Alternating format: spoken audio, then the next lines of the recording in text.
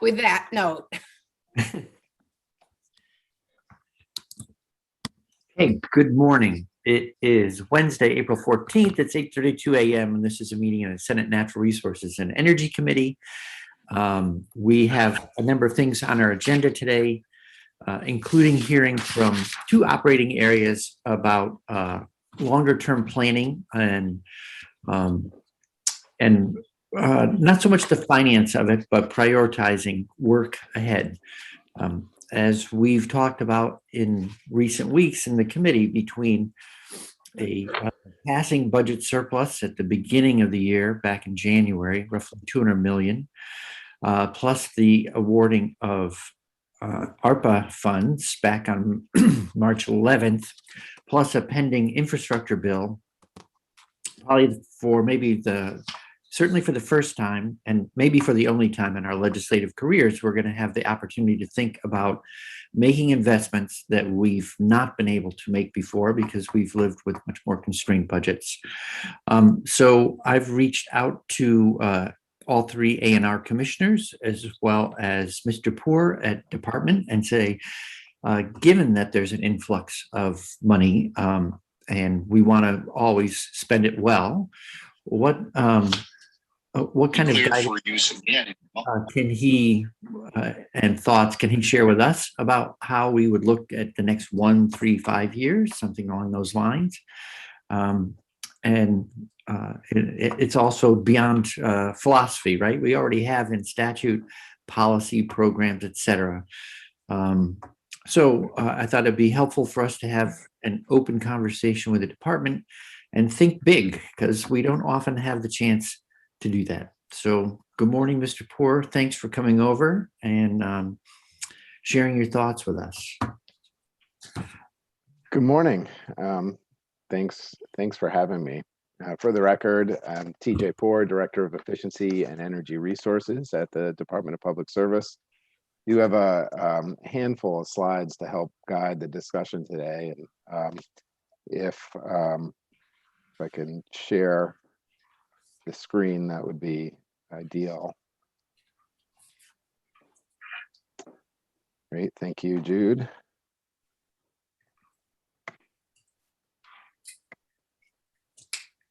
So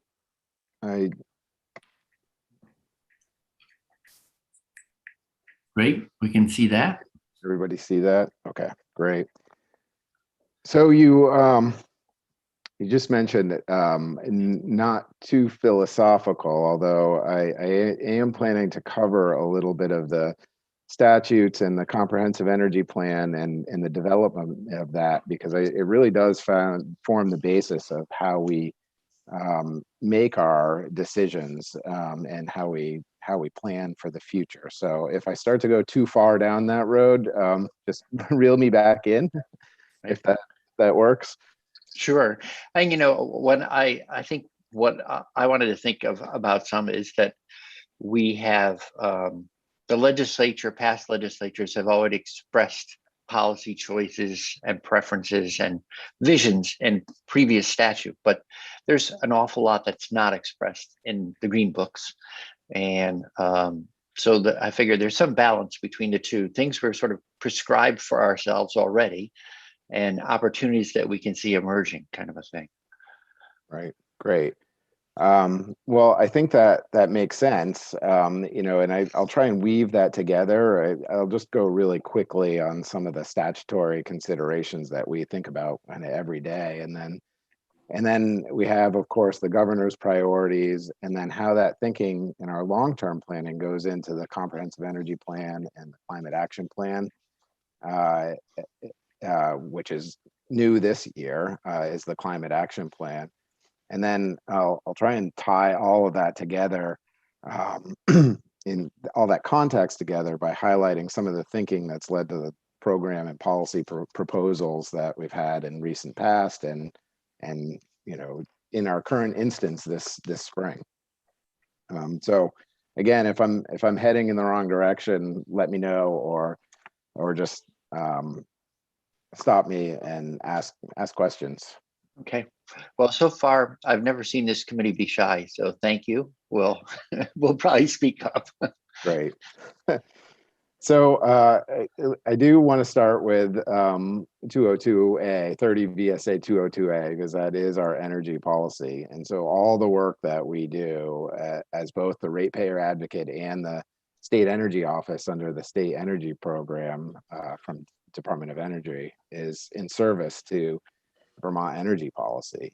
And so on this slide, some of the key, I don't know if it comes through actually, but some of the key pieces that are highlighted in bold, like adequacy, reliability, affordability, economic vitality, achieving greenhouse gas reduction requirements, cost effectiveness. And you know, at times, as you know, these all can be competing, and so we do our best to balance these objectives, and we do it in light of other statutory considerations and objectives.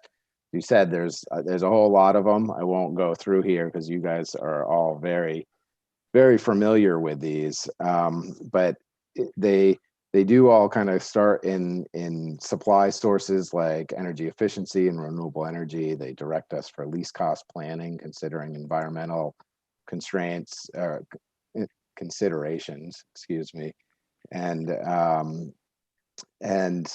greenhouse gas reduction requirements. And then that flows into requirements for the state comprehensive energy plan, which is in 202B, and then our electric planning. We also have an electric plan that's required, but these are just a selection. There's a whole lot more. There's 218E, which is actually about implementing state energy policy with a focus on manufacturing.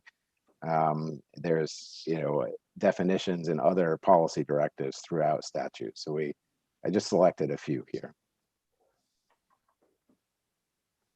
And of course we have the administration's priorities, which I'm sure you've all heard these before.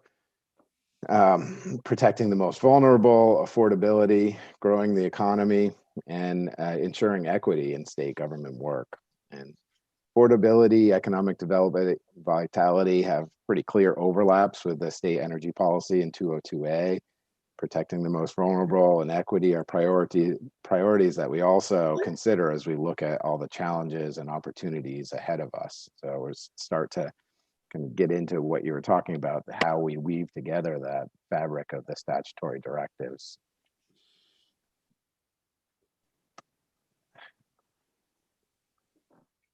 Okay, so with that context, I want to dive a little bit into the comprehensive energy plan here, as it's really how we think about policy in the long term. Our last plan was published in 2016 and included that long-term vision for 90% renewable across energy sectors by 2050. It also had over 300 recommendations, other recommendations across energy sectors. We had significant stakeholder engagement process that included many public hearings, regional road shows when those were a thing that we could do when we went out to collect input across the state, sector specific meetings, and all these provided really valuable input as to what issues were important to address. And so that input's gathered before, during, and after the initial drafting phase. And it really helps to clarify the thinking. What we heard last time and what turned into kind of an undercurrent of the last plan was really land use and siting were really important issues to address. And we did that in the plan. We also, as I mentioned, have the responsibility for an electric plan, which really points us towards ensuring reliability and optimization of the electric system. Which, as you know and have heard, it's really important given the amount of electrification that's expected in the future. Least cost planning from the 218C, we use it often in the electric sector, but we really apply it across sectors. And this is really, in recent iterations, it's been a portion of the energy plan. Also, the energy plans where we include standards and recommendations for Act 174 and municipal energy planning. That provides kind of a clear guide how governments can plan their energy future, or it's intended to provide that clear guide. So we're thinking about not only the broad state energy policy, but how that really impacts our local governments and municipalities. And I'll just also note that the energy plan has to be consistent with the climate action plan that's being developed by the Climate Council. And we last published the document, I think I said in 2016. It's due every 6 years. So we're actually in the process of developing a new one that's due January 2022. That's about 30 days after the climate action plan will be published. It seems as though we have a fondness for planning. Yeah, we do. You know, and it is good. It's important to be thinking about just long-term considerations. If we're always just attacking the short term, then we're going to lose the forest for the trees. And we really, so that, you know, the fondness for planning, I don't know, it's shared. While I'm in the midst of it in developing the energy plan and working on the climate action plan, there's a lot of work going on right now, but in the end, they're both important. And that goes to this slide here. I thought I'd take a minute because I don't know how often you've heard about kind of the relationship and how we're looking at the relationship between the energy plan and the climate action plan. Not very much. So thank you for including this. Yeah. So really, you know, there is a fondness for planning, but there are two efforts that they're overlapping, but they're distinct, and they're two different reports, and they have two different goals. And one doesn't really obviate the need for the other, but they need to interact and inform one another. So the slide on your screen here compares the CEP is how I refer to the Comprehensive Energy Plan, and the CAP, the Climate Action Plan. It's really at a really high level. On the left side, I've covered the energy policy behind the CEP. At the risk of oversimplification, the climate action plan's core reasons for being are greenhouse gas mitigation and climate adaptation. There's a lot of other issues that are tackled by the council that some overlap and some don't, and that's probably too in the weeds for today. But what I want to communicate, I guess, is that the Comprehensive Energy Plan is not a climate action plan. It's consistent with and a key component of meeting the state's greenhouse gas requirements, and it'll reflect some planning for some impacts of climate change on the energy system, but it's not a comprehensive look at Vermont's non-energy related greenhouse gas emissions or climate adaptation needs. So that's one kind of key area where they diverge. On the other hand, the climate action plan isn't a electric system plan where it's looking to optimize the use of the grid at least cost. So they do have these, if you can imagine a Venn diagram, I decided not to include an additional slide, maybe I should have, but if you can imagine a Venn diagram, there's overlap on greenhouse gas reduction requirements. There's areas outside the overlap that both plans need to address and are really important to address in thinking. And can I just double check? So I haven't looked at the CEP for a while. So although we might think of it as like electrical generation and usage, it does include transportation, right? Oh yes, yes, it does. Yeah, it really is. The Comprehensive Energy Plan is comprehensive. It's all sectors. We had undercurrents of health impacts of energy in the last plan. I suspect that will be a theme going forward. Energy efficiency across sectors, transportation, thermal. What it doesn't address really are the non-energy, like the and kind of carbon sequestration and agricultural emissions. Those that aren't energy related anyway. And so there are pieces that the climate action plan do address as it relates to climate. Okay, great, thank you. Two other things worth noting, I think, on this slide are the energy plan statute was changed by the Global Warming Solutions Act to require consistency with the requirements of the GWSA and the Climate Action Plan. At the same time, the Climate Action Plan is required to be informed by the Comprehensive Energy Plan. So there's the symbiotic relationship is embedded into statute. And then the energy plan 6 years, the action plan is every 4, and they happen to line up this year. The next time that's going to happen is 2033. So it happens only once every 12 years. Senator Bray, you may still be chairing this committee in 12 years, but I don't know if the rest of us will be here. Well, I'll mark my calendar now, and if you'll show up, I'll show up. All right, deal.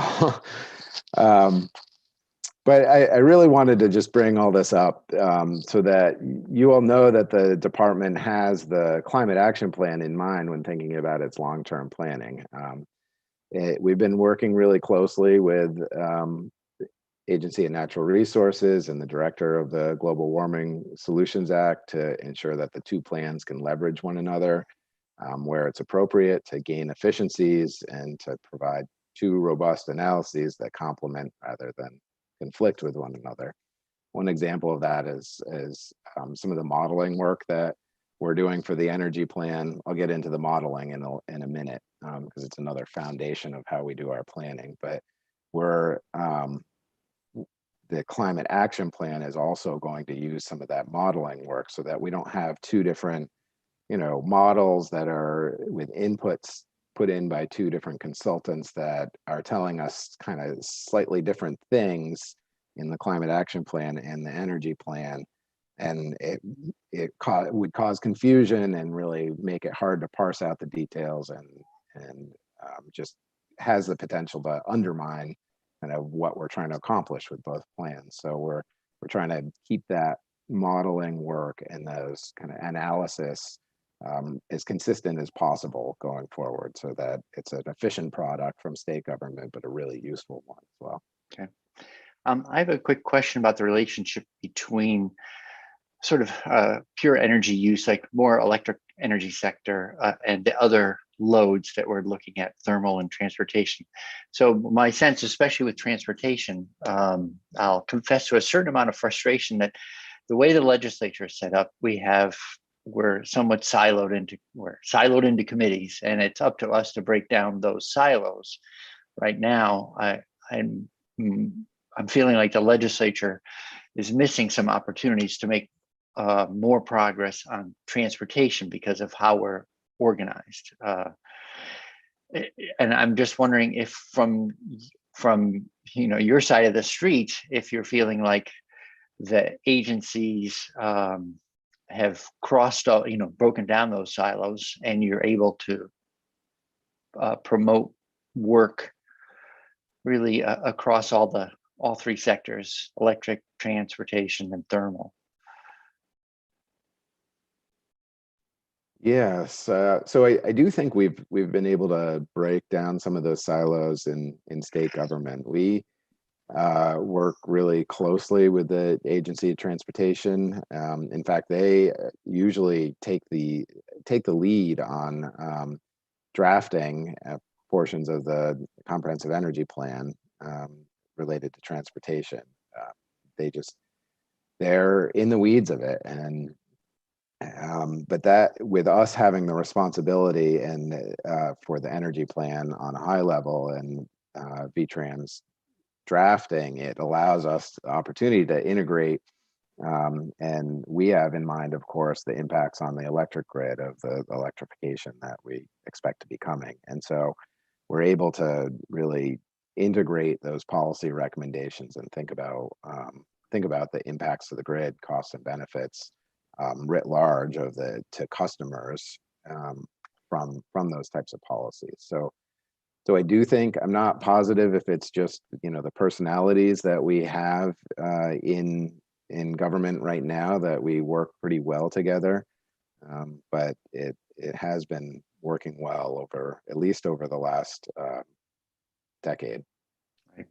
Well, I'm guessing that AOT VTrans has a lot of knowledge about that's helpful or essential to knowing how Vermonters get around and prefer to get around, right? Like, Yeah, who absolutely. Like, vehicle miles traveled is obviously a prime driver of our energy use right now, while we have, and our fossil fuel use, while we are still mainly internal combustion engine. And,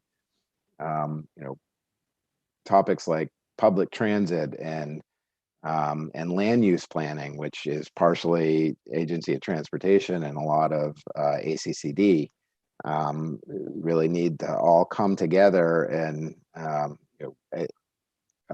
she's left now, but Gina Campoli, who was the lead last time around, was really a smart growth expert, and really was able to help tie those together. I think she's passed on that knowledge, and it's still there at VTrans. Some good people, but those types of issues do not fit neatly into one sector. So, Sure. Um, so hopefully we're better able to integrate, and it's a little easier for state government to integrate than the legislature. we do all have one boss, so maybe that makes it easier. You all have lots of constituents. Okay, so just one more slide on context, and I'm not going to get into too much detail on this, but even before the last energy plan was started, the department completed a total energy study that mapped out the policy and technology pathways to reach the 90% by 2050 goal.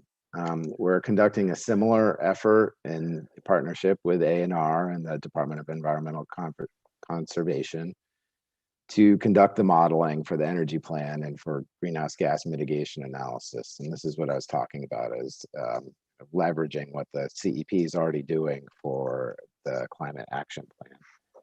So this slide really describes the low emissions analysis platform that will be used for the energy plan. And one of the things I wanted to highlight here is that it's an open model, and I guess open source is the technical term, but what I mean by that, it's the model is going to be provided to the state along with training for staff at the department and ANR to continue to have access and conduct future analysis on our own and track progress towards requirements. I was involved in the total energy study that preceded the last comprehensive energy plan, and a similar modeling effort. And we chose a great model. It was called at the time Markel model. It had a few more bells and whistles, I think, than the sleep model.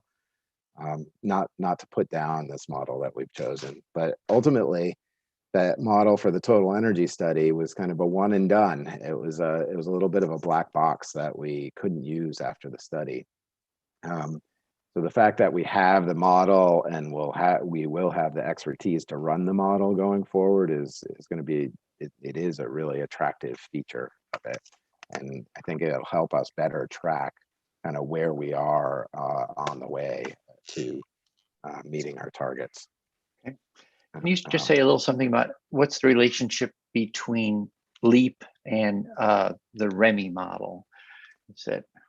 The relationship is that the outputs for LEAP can then be put in as inputs to REMI. So okay, what LEAP will do is say, here's a pathway here's our business as usual. What's going to happen if we do nothing other than current policies and have a pathway to 2050?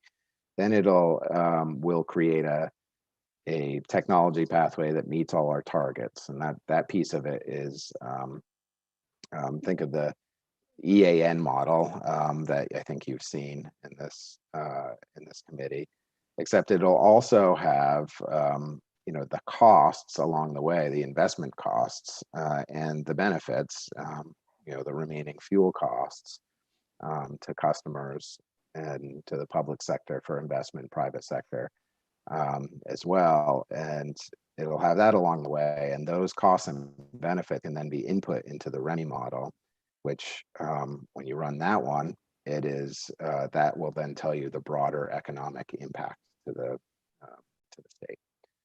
So like effects on gross state product, real disposable income, et cetera. Right. And does the state still have, I know we talked about this in the last year, and you did a little bit of REMI work as part of Act 62, right? Do you have an ongoing license so that you can run REMI as need be along the way? Yes, so we actually don't hold the license at the Department of Public Service. ACCD holds the license, but is really, again, kind of this interagency partnership, willing to use and run it. There's a lot of work to run the REMI model and take the outputs and put them into inputs. There's discussion, and I think it'll be decided in the next several weeks as to whether the technical consultant that'll be hired for the climate action plan this may be one of their jobs, is to take the outputs of the LEAP model and put it into an econometric tool, whether it's REMI or there's another one called Implan or another tool to do that analysis. And it's actually another example of where we're trying to leverage resources and be efficient in state government. I think it remains to be seen. I think it depends on the capacity of ACCD to do that over the summer. Maybe the technical consultant can do it. Okay. Well, it's good to know that you have these tools in your toolkit, because I think, one of the challenges with the weatherization work we're talking about is some people fixate on that price tag for the investment price tag, but we don't. Seems to be human nature that people fixate on the cost, but they don't necessarily compare it to business as usual. Like, well, that's one way of doing it, but compared to what? And they don't necessarily, the benefits are harder to articulate. So it's helpful to us when we can make those sort of sober, well-placed investments because we've articulated the benefits, even if they're harder to appreciate at the outset of 10 years worth of up-tempo weatherization work, for instance. Right. Yeah, that's really what you just said is really why I brought up the modeling in this presentation anyway. It kind of gets a little bit to the philosophy of the department, but it's, modeling and analysis is really fundamental to the decision-making process at the department. And, how we decide what to pursue is we really try to root that in an objective analysis of facts. And of course, when you're doing a model that forecasts the future, there's a range of possible outcomes, and there's subjectivity of what constitutes affordability or what is sustainable. And so, the goal that we have is to, try and get the facts as we know them, have them be transparent, and have our assumptions to be transparent going forward. And then we make judgments after hearing what's important through our stakeholder engagement processes, and on how to best balance those priorities. I don't know if you all remember him, but one of my early colleagues at the Department of Public Service was Dave Lamont, and he always used to call the department and our work what we call us all truth seekers. That we were really just trying to figure out what the truth is, like analyzing and doing our best to find the true answer. And there's obviously no one right answer, but that description is always to me fit the spirit of what the department is trying to do. Great. Okay, so that was a lot of context. Thank you for bearing with me. I hope it wasn't too much kind of high level philosophical stuff, but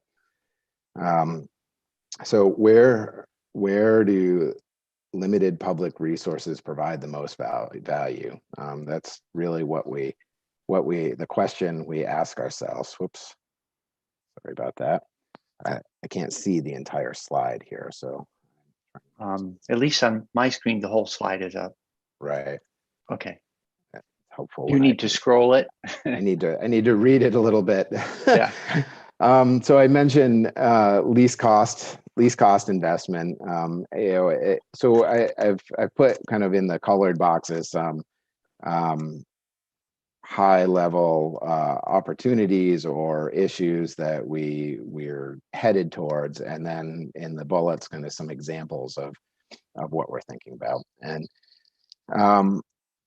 first, it's really, we want to capture the low-hanging fruit. So we've seen this materialize in electric energy efficiency investments. It's really least cost investment. And we've had stable investments over time. Support for the most vulnerable. A couple of examples of this are in the proposals that you're seeing this year with the Affordable Clean Energy proposal for low-income solar. That's not really a renewable energy policy. That's really a low-income and grid equity issue. The ability for everybody to participate in our energy transition. Opportunities to better combine weatherization and health outcomes. This one is, I could have put this in the public investment to leverage private investment category as well, because I see that as a real opportunity to show how the energy sector and the health sector can combine to lower costs in both sectors, but have investment come in from healthcare to actually lower healthcare costs. At the same time, get more weatherization done with that investment. It's kind of a win-win. Talked about that a couple times in our committee. And that's not a department program. Or eventually, we're not the experts on low-income weatherization, and we're not the experts on public health, but we've had a lot of involvement in kind of facilitating that to move forward. Well, to me, it's a great. It's one of the things that's evolved in the last 3-4 years. That's really been a very positive step forward. And in terms of as we're looking to fund for the long haul, given the extraordinary amount of money we spend on healthcare, I mean, it's about as big as the entire state budget, just all total healthcare spending. Bringing that into explicit, making the connections explicit back to how we weatherize and work on indoor air quality seems like a very useful thing to do. I might put that as a midterm planning effort as opposed to short term, even though we're proposing some short term investment in it, because it is it's something that's not going to be fast. I don't think it's not going to have those, even though the weatherization investments have results within a year or 18 months on certain health ailments like asthma, but I think it's a big shift in how the sectors think, and so that takes time. So then, just kind of going down the list here, we have challenges that come up. Nobody really 8 years ago, 10 years ago, thought about the Shia issues, and where we have more renewable energy in the northern part of the state than load, and have trouble getting it out, and have to curtail some of it. There's also some of those constraints coming in the distribution system, whether you're talking about in certain pockets, it could be load, bumping up that needs could drive investment. In other places, it's a lot of renewable energy on a circuit, and we're bumping up against thermal loading capacity on the lines. But really, that then in turn creates opportunity and for great optimization, really better understanding and the locational time and value of resources and load, managing them flexibly through signals and controls, and really encouraging technologies to be sited through through pricing signals. And to operate through pricing signals. That that spans. There's a lot of different ways to get there, and that spans a lot of issues, from energy efficiency to net metering to standard offer to just broader power supply planning for our utilities. But there's a lot of opportunity here to move forward, and you see in the ARPA proposal of the governor, there's been there's a piece that I think it may be labeled just electrification, but if you read the write-up, it's really broader, and it really gets to this opportunity for grid optimization. Greenhouse gas mitigation, I talked about that a lot in the comprehensive energy plan piece, but really when we think about electrification, we want to make sure we're managing, and this, the way we think about it is we're managing electric costs to encourage adoption of technologies. So that then leads to the lesser need for public incentives. If the economic case for a customer is there, they're going to want to make the switch. Or in the inverse, if the economic case clearly isn't there, even with incentives, they're not going to want to make the switch. So we want to remove barriers, keep electric costs low, so that we can electrify. That is one core component of the last energy plan and policies going forward to reduce greenhouse gas emissions. Broadband and energy convergence. This is another emerging area here where we are making lots of investments in broadband because we have this once in a lifetime opportunity. But what we want to do it in a smart way that allows us to provide energy services to everybody. A lot of the, where I mentioned grid optimization, a lot of the controls and services that we talked about require broadband for a customer to participate in that. And so really our electric sector is converging a little bit, overlapping with broadband, and in that in order to have full participation and get the most value and able to optimize the grid, we need broadband to customers. And so, Mr. Chair, how's that defined, broadband? That's a good question. There's a lot of definitions out there. I'm not going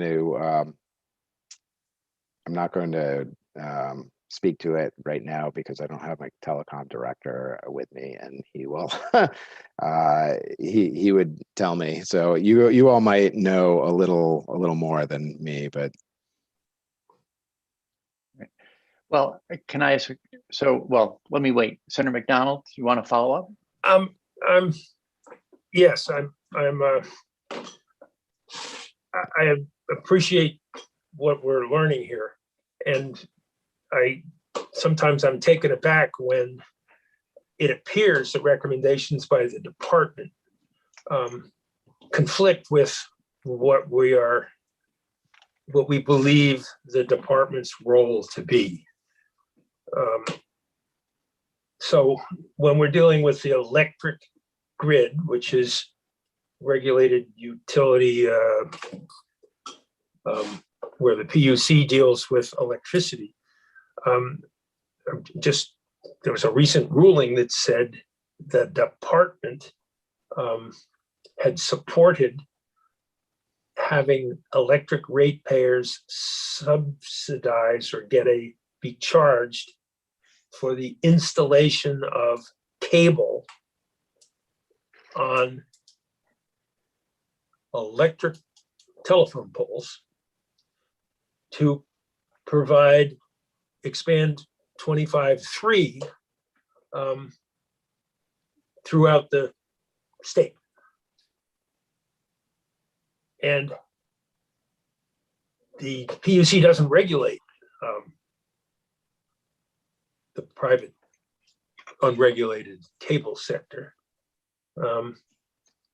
Yet they've weighed in and made a ruling at the recommendation of the department, which was apparently contrary to the ruling of the department's advisory committee. And the department doesn't come to us and say, you know, we'd like to do these things, authorized to do them. They just sort of go out and do them. And the PUC doesn't say, gee whiz, this is outside our authority. They accept the case and then make a ruling. And we're sitting here absolutely looking stupid because things are happening that are contrary to our goals as stated in statute and undermining our work. And here we have Mr. Porras here having to listen to this screed of, yeah, we're listening to all this stuff. Meanwhile, off camera, stuff is going on that is wacky, that doesn't mesh with what we had believed ought to be happening. So I'm bringing this committee up to speed, or boring it to death, with how we're trying to do broadband on one hand and having it undermined our goals by the very agencies that pick and choose what they take to the PUC, and the PUC picks and chooses what it takes up that appear to be in conflict with our stated goals. So I made my little speech and I thank you very much. And maybe we'll take this up in finance, or maybe we'll be told, well, we're not talking about that today. So. Right.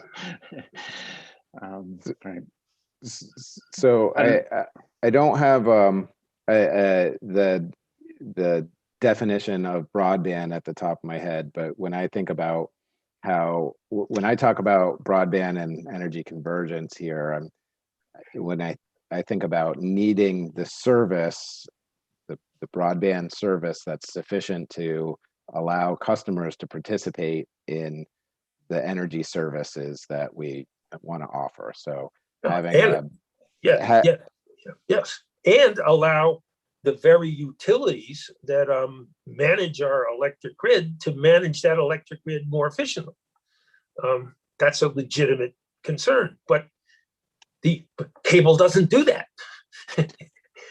Well, there are opportunities so some of those energy services actually do provide value to the grid. And for instance, if somebody puts in a battery or a heat pump water heater that's controllable, and then the utility, because of the broadband connection, can then control it and reduce the load at the time that there's cost drivers, then that value is then one, it's shared partially with the customer there to encourage them to respond and participate in the program, but then the rest of the value is shared across all ratepayers. So agreed. But when I ask you what the definition of broadband is, you're perhaps correctly choosing not to, go out on the limb and explain that, yet you're extolling the virtues of the very thing you won't explain, and that puts you in a very difficult position. So until you tell us what broadband is and how it helps the grid to work more efficiently, we don't know what you're talking about. So is it 25-3 or is it 100-100 that makes this virtuous thing that you're talking about work, and which one doesn't? So you don't need to answer that, and that's, I'm being it's a fair question. You and your position here to be advocating for something that we all in this conversation are unable to define as we listen to your presentation. Well, it's definitely a work in progress. I mean, it is, and sometimes people come in to do the best job they can and are stuck in this position, and they have to put up with folks like myself who appear to be. This isn't personal. But it's very frustrating to be learning about something that we're not we're sort of learning about, but the definitions are undefined. So it's not a good use of our time on that particular issue. Anything further on that, Mr. Poor? Otherwise, I see Senator McCormick's waiting with his hand up here. No, Mr. Poor has been very patient, and I apologize because this is one of the conundrums we deal with. Thank you. Senator McCormick? Thank you, Mr. Chairman. Mr. Port, before I say anything, I want to make clear that I hope this doesn't sound like a cross-examination. No, I've got to say, whatever fault I find with the administration, the legislature is equally complicit.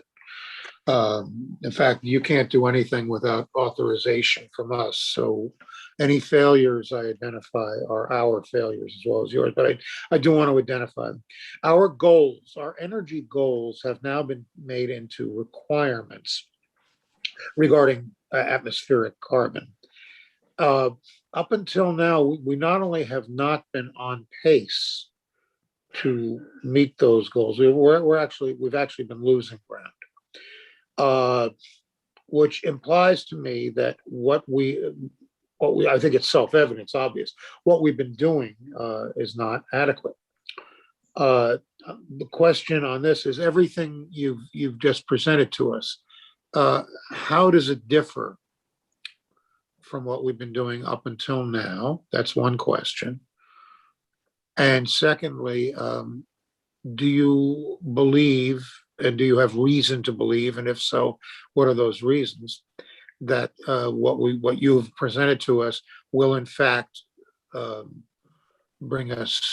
put us on pace to meet the now requirements? And I would say I don't expect to live to be 103. So the 2050 goals or requirements, I can make that promise because I won't be answerable for it if we fail. Nor will, I think, most of us. So in any case,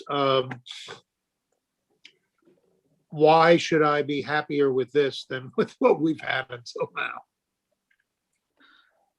now? Well, I do think I'll answer that in two ways. I think that requirements are a lot different than goals, and I'll give an example of we've required least cost planning for lots of years with consideration of economic costs and environmental costs. And we had kind of greenhouse gas goals laid on top of that, and building energy goals on top of that.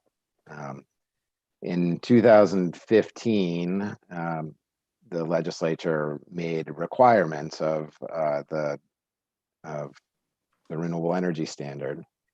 And those requirements have really spurred our electric utilities into action, right? They actually, in 2017, the tier 3 of that program required them to start reducing fossil fuels. And then it allowed them to do that in a least cost manner. So it set the requirement and allowed flexibility to get there. Now that you as a legislature have set requirements, I think that there's a difference in how the analysis gets done. Honestly, if it's our goal to hit something 10 years out, or we're required to hit something 4 years out. Now we actually have 2025 goals, so I hope you're planning on being around in 2025 for requirements in 2030. Working on it. I think it puts a different frame on all of these pieces, and having the requirements to actually get there. And that combined with the unprecedented opportunity we have to recover from the pandemic and place our investments where they will then turn over and continue to earn in over time, both environmentally and economically in a lot of these instances. I think a combination of those two things leads me to be really optimistic that we're able to plan to meet our challenges.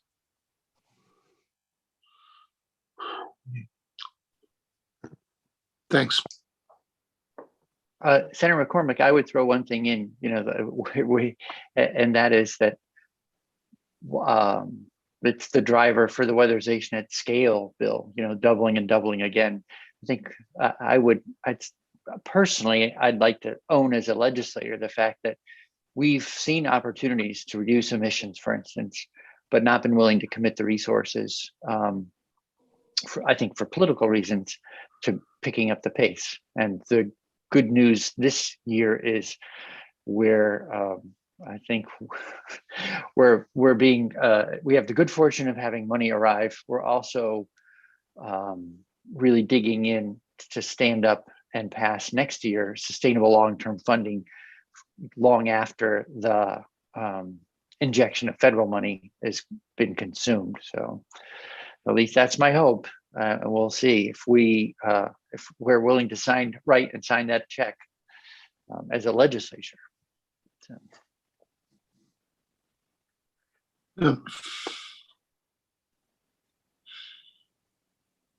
So the last thing that I'll mention, it's related to your question as well, Senator McCormick, is the public investment to leverage private investment. And we really try to set up programs that, with our public investments, that will not need continued public investment going forward. So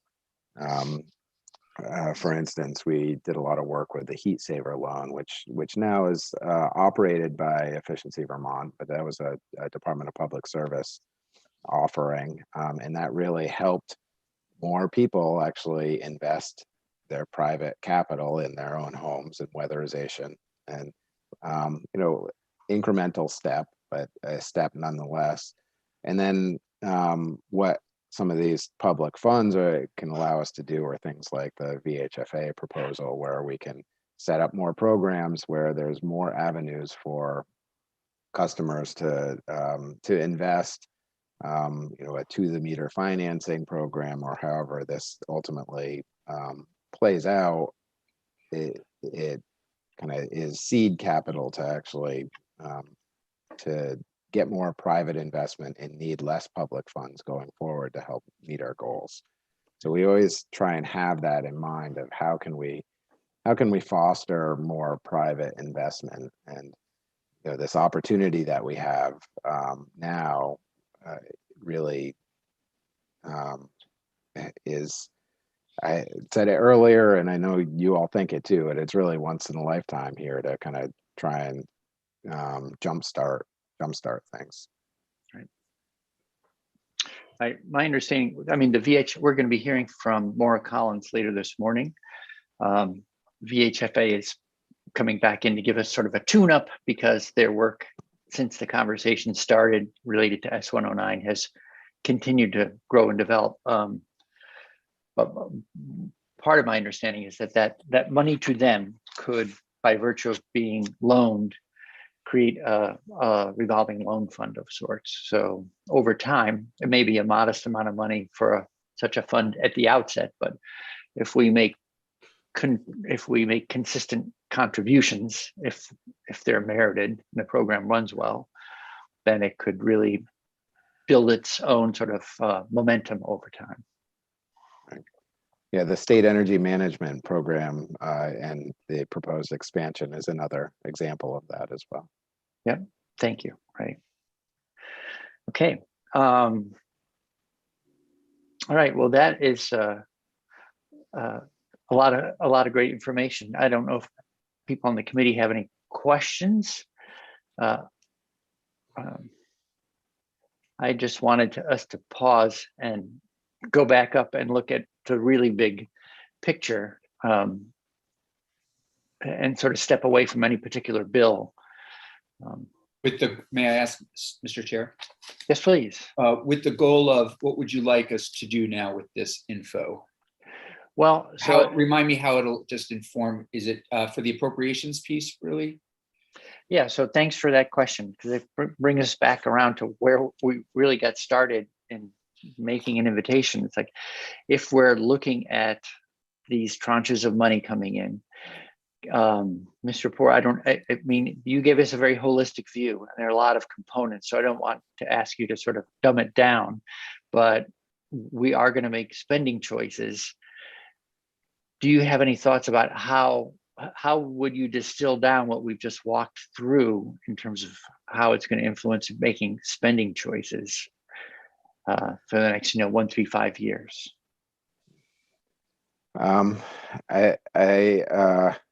Let's see.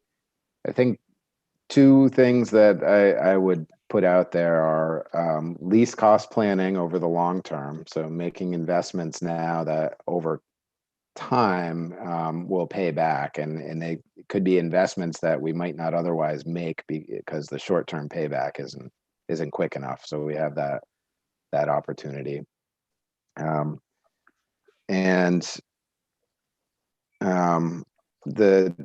Something Senator Westman says a lot in your committee is the biggest bang for the buck. I forgot to mention the cost of carbon model earlier as another example of just trying to get good information out there to make decisions on, and have it open, that our spreadsheets available to anybody who wants to challenge the assumptions, which is fair, but really putting money where we're going to see the most value. And I think I would try and distill it down to those two areas, with that overlay of protecting, the focus on the most vulnerable and things that can drive our economic development. Okay. So I suppose one, a concrete answer to that version, that Senator Campion's question is, if we want to think where you are at the moment, we can look at the proposed supplemental ARPA allocations. And then I guess by the time we all come back in January, we'll have seen the infrastructure bill and what it does or does not contain, and what kind of guidance goes with it. We'd be looking for, maybe there'll be new proposals next January as well for further supplemental investment.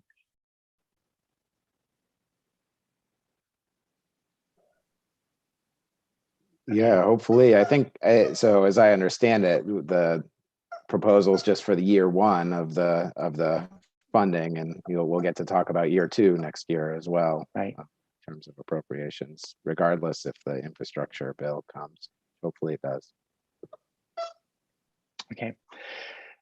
So here's one more detailed question, sort of out of the flow, but while you're visiting with us, I know that you've been working on, as has this committee, on the notion of exploring to the meter billing as a means of sort of cracking that problem of how do you encourage homeowners and renters to take on cost-effective investments when they have kind of a natural reluctance to debt, and with the notion that to the meter is actually the quote unquote, the meter owns the debt. You're just paying debt service while you're the resident of that, while you're the owner of that, while you're using that meter.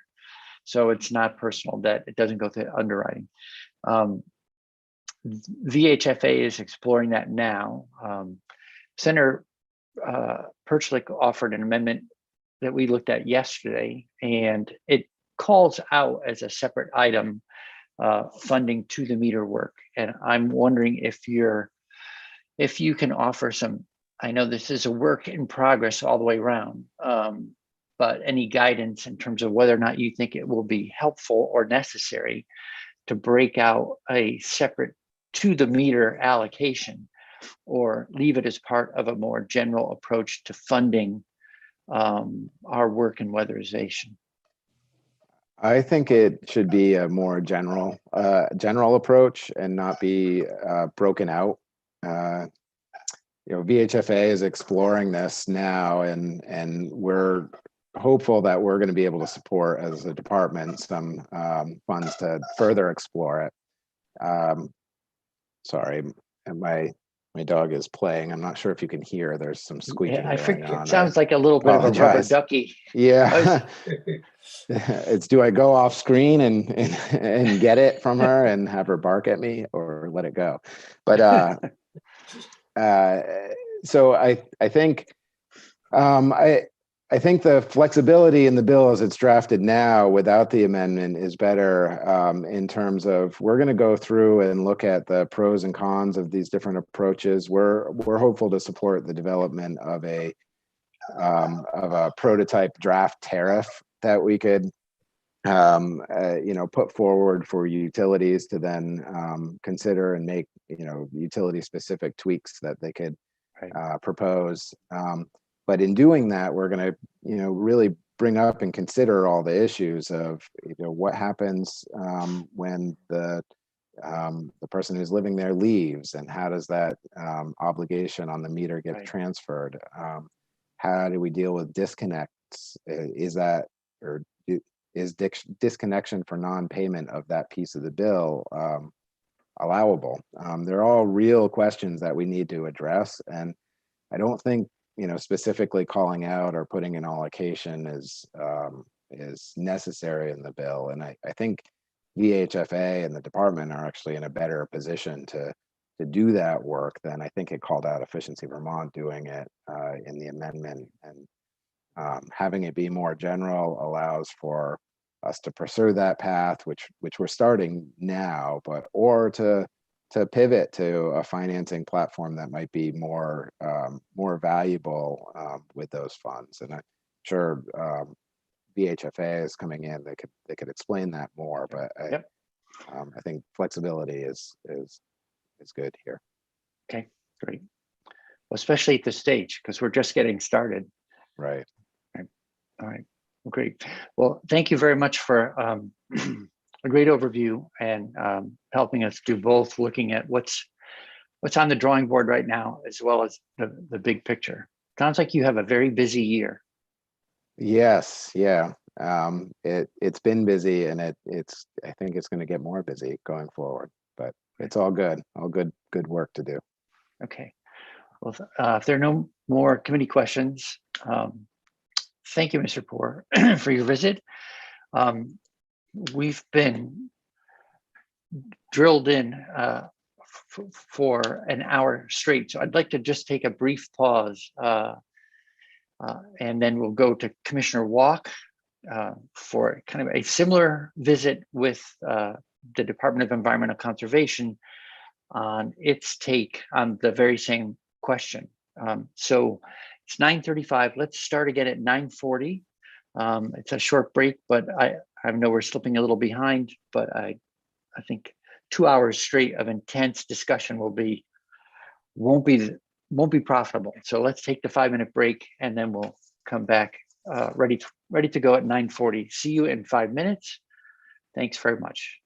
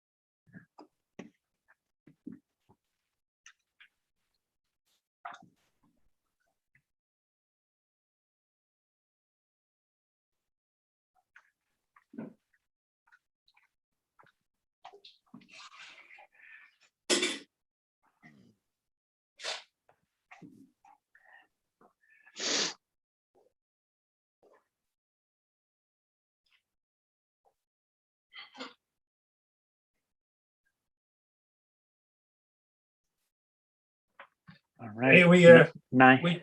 we're not live, are we? We are. We never We're went back. offline. We're back Yes. on. Just Are we to, back just to online now? remind, Back. sorry, just a reminder, when we take a 5-minute break, we don't take down the live screen. I should Yep, have mentioned okay. that before. But anything more than 5 minutes, we take it down. Well, I'm glad I haven't kicked any dogs in the interim. Not- And for anybody who's listening, there are no dogs in the house Yeah. or outside the house. Okay, so it's 9:40. We're going to resume Senate Natural Resources and Energy Committee. It's Wednesday, April 14th, 9:40 a.m. And we're going to be visiting with Commissioner Peter Walk. The same set of questions that we worked through with TJ Poor. Basically, looking at a once in a lifetime opportunity for large scale investment. How is the department framing up its thinking around making choices for the next 1, 3, 5 years? And we can get more concrete around things, maybe if time allows, around ARPA or the pending infrastructure bill. But it occurred to, I think, to everyone in the committee that we've never had the luxury of standing back and saying, we have the chance to make a large investment for the long term. How we framing up the choices what we'll be making, because the needs exceed, no matter what amount of money, whatever arrive, the needs exceed it. So how do we prioritize and think about it? So thanks, Commissioner Walk, for coming in to visit with us. And we've talked a little bit about prior to the meeting about what we're asking for. So if you have any questions for us before you get going about what kind of conversation we're looking for, let us know. But otherwise, the floor is yours, and we're interested in hearing how DEC is taking a look at the next 1, 3, 5 years and longer, really. Great. Thank you, Senator. For the record, Peter Walk, Commissioner of the Department of Environmental Conservation. In trying to, what I've done in preparation for this discussion is to sort of step back and try to frame my thoughts into a somewhat coherent fashion, because there's a lot of pieces around potential pots of funding, priorities, and sort of how the interlinkages work. So if you'll bear with me, I've done that through the mental organization of a PowerPoint, and I hope that will be helpful to walk through the way I'm thinking about it in terms of our work. So if you don't mind, can I share my screen, Jude? Sure, Okay. that sounds great. Thank you. All right.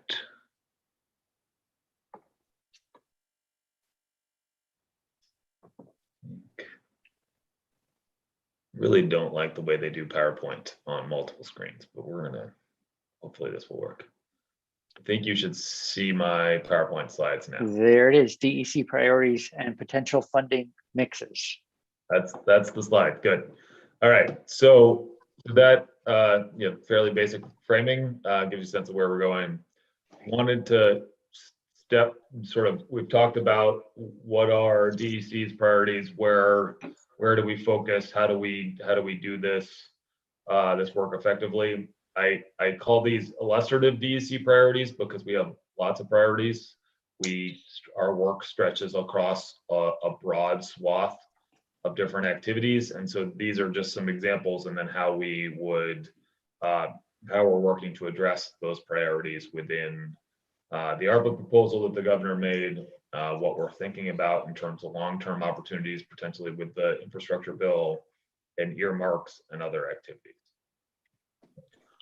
So this builds on our current funding mix, which is out there to support the work of the department and the priorities of Vermont communities to address some of these topic areas, whether that be the clean water and drinking water revolving fund work, the Clean Water Fund, the work that the state has done to put in place electric vehicle incentives, the low-income weatherization program that you've heard much about, the Clean Energy Development Fund, those sorts of pots of existing dollars that we are using to make positive change in regard to those topics.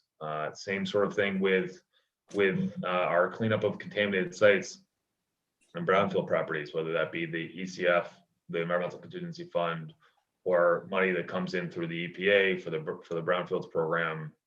And then thinking about things like universal recycling and where the solid waste management assistance fund dollars go. So there's a lot out there, and of our existing funding, we know that we have a lot of deferred investment and deferred maintenance that we need to address. And so these potential pots of money really do create a significant opportunity to make headway in some of these areas.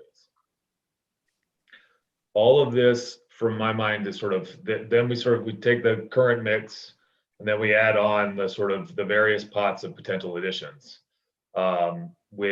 When the governor proposed his recommended budget in January, it included significant investments in brownfield cleanup, weatherization, clean transportation, community solar, many of the things that you've been talking about already within your committee. Those, to me, are a great starting point and were really significant investments and would have been on their own. But then we start to discuss even bigger dollars and where those things might go. So these put forward as ways to make significant progress in a few key areas. That is the same sort of approach that we've taken with putting forward the ARPA proposals, is to really make a significant enough investment in a few areas to really be able to make meaningful progress. And I guess want to add, and I think this might be relevant to the weatherization discussion, is that it is intended to be, at least as by the administration's viewpoint, to be additive to the proposals that were already made as part of the one-time surplus dollars. So it would be on top of the $25 million in weatherization that you've been discussing. I think that's important. I think we're saying that this first investment in the FY22 budget was important, and we think we need to do more. So that's just want to sort of key in on that. I was really pleased that the governor's proposal really works on the proposals that are really anchored on the priorities that I listed above. There's really a great opportunity to make some progress here. These are slides that you've seen before from Julie and Emily Byrne. Just wanted to walk through them quickly as a reminder. The proposal around the climate change investments as part of the ARPA money. Really, the first four we consider to essentially be the sort of no regrets investments. And then there's a lot of other work that needs to be done in terms of developing out the climate action plan and understanding what the climate council that you've asked to develop a climate plan sees as its priority. So I think that reserving that $100 million really makes sense in terms of making sure that there's an initial pot of funding to be able to support that work. So that is, I don't know what the sort of current investment and how you might count that for various climate related activities, but this is certainly a once in my lifetime scale of additional investment. And then again, you've seen these slides in terms of water infrastructure. Here we've identified a few key areas that you have heard from significantly over and over again. The issues with addressing stormwater concerns, especially the 3-acre stormwater permit requirement and the challenges associated with those. Really having an opportunity to expand the community kind of level capacity of village water and wastewater systems. So that's addressing an unmet need where there may be a community that has the potential for more housing opportunities within its sort of clustered center, but that housing gets pushed to the edge because there's no more capacity for on-site wastewater and no public drinking water system. And so that really helps create both the technical and the investment capacity to do that. Also addressing things related to pretreatment for high strength waste, for contaminants, things like PFAS. Great opportunity to move those pieces forward. CSO abatement, which you've heard a lot about. And then dam safety. The state owns something to the effect of 80 dams statewide, and about a quarter of them are deemed to be in poor condition. That is an asset that we continuously defer maintenance on. We're making an effort in terms of addressing the Waterbury Dam, which is a really important and really potentially hazardous if that were to fail, at working with the delegation and the Army Corps of Engineers. But there are a number of smaller dams around. And then the healthy homes concept is thinking about a number of things, either within smaller communities or within homes, to help people address water concerns. We'd like to focus much of that work in the kind of mobile home park space to help with failing wastewater systems, with drinking water concerns, with drainage and other stormwater concerns. And that ties nicely into the investment in the sort of state level home buyout program to help those communities move out of low-lying areas if possible. So the really wonderful set of progress here, and just want to just sort of anchor on those and talk about how excited I am. Okay. I have a quick question on the CSO 30 million. I know that people sometimes ask us, and we certainly don't know the answer. Do you have any kind of ballpark figure for, basically, quote unquote, curing all the CSOs in the state, like what that big number looks like, and over what period of time the state feels is, that we'll be able to get to all of them? So timeline and the big number, just so that we can put 30 in some sort of scale. Sure. I'm pulling up my notes right now on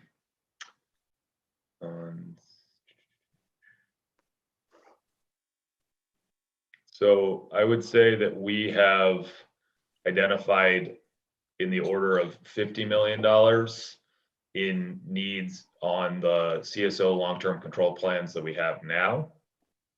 But we have more of those long-term control plans under development. And so we'll have, that's likely to increase pretty significantly.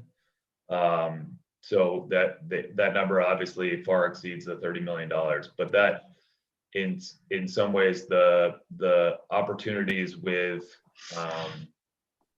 the infrastructure investment, the American Jobs Act, or I think that's what it's called, concept, would be a spot that would lend itself well as well. So yep. If you'll bear with me, I'm kind of walking through our thought process on some of the how we divide up the money, and then how it rolls out in terms of Sure. its proposals and its flexibility. Sure. No, and I don't want to ask a question that, for information you don't really have, but that scale is helpful. So if the current long-term control plans are total up to roughly 50, and there's other ones in development, would it be about right for us to say that the need is 100, or the need might be closer to 200? Do you have a sense of the yet as undefined need compared to the currently defined need? I have an $80 million number in my head, but I'd like to firm that up and get it back to you. Okay. And certainly on the time frame. We're not going to be able to get all of that done in the ARPA. So the other piece is the ARPA money all has to be done by 2024. So we want to make sure we're biting off projects that we can fully chew. And as we've talked about, ripping up downtowns in some of our bigger cities and communities is, it's not a quick process. And so there will be some time needed to get that work done. Sure. Thank you.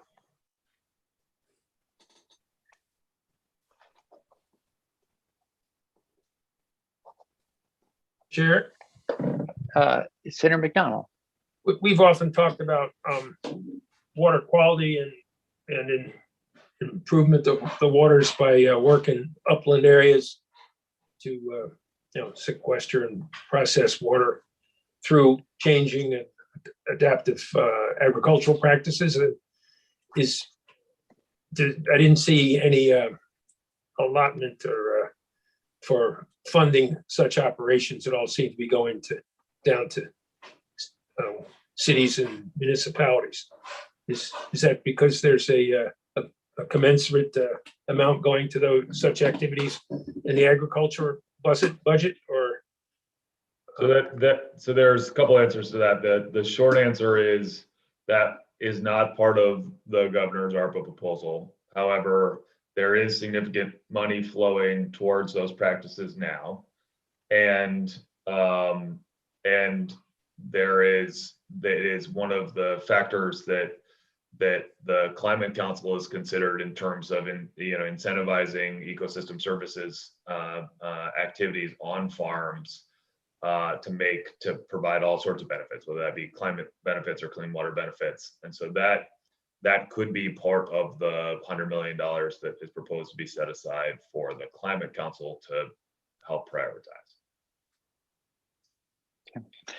I also think I remember Secretary Moore talking a little bit about land acquisition and riparian buffers related to agriculture and stream bank restoration work that might fit into what Senator McDonald's alluding to. I don't know if I got that right, Senator McDonald. Well, many of us who've been farming look at our land. I mean, in particular, that it's more and more compacted, and the roots don't go down as far. It needs regeneration, would sequester a lot of carbon and reduce flooding to some degree. The way forests, which are less compacted, help to reduce funding. It just one of the. It seems that the money is going to clean it up after the problem instead of helping deal with problems before they overwhelm downstream. So sure, I but we should wait for the climate committees. There is ongoing work for cover cropping and no-till, low-till type practices that are helping to make that work, and stream buffers and other things that are in place that we haven't seen the full benefit of those activities yet, but we certainly are investing in those practices now.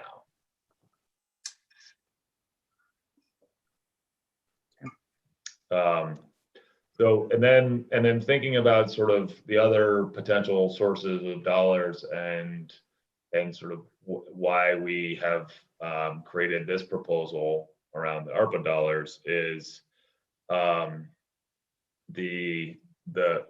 we do anticipate some sort of federal infrastructure bill.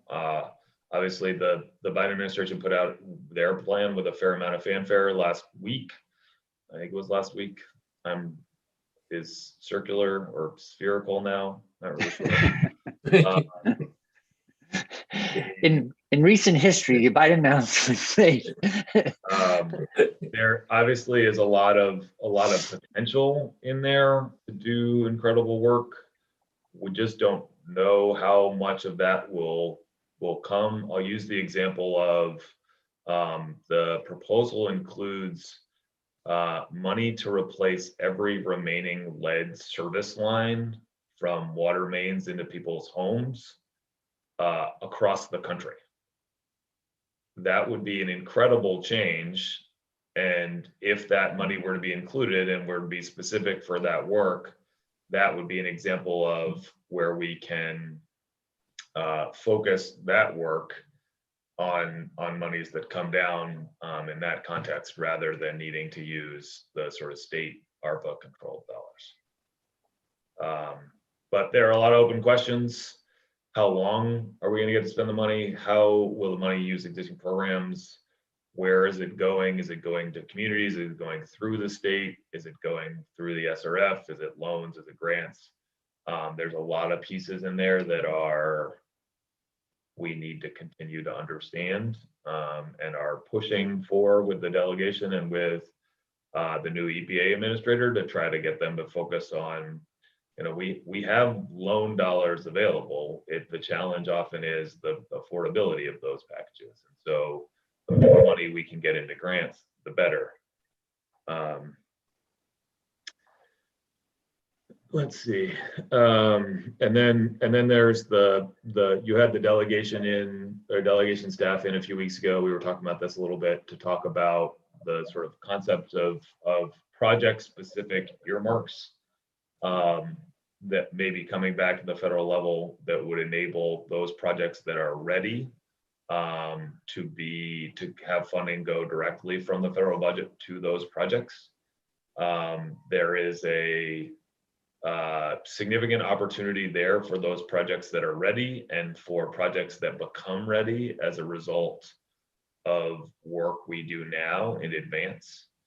So that's an important piece to keep in mind, to try to get those things into, I hate the term shovel ready, because no project is shovel ready until it's ready for shovel.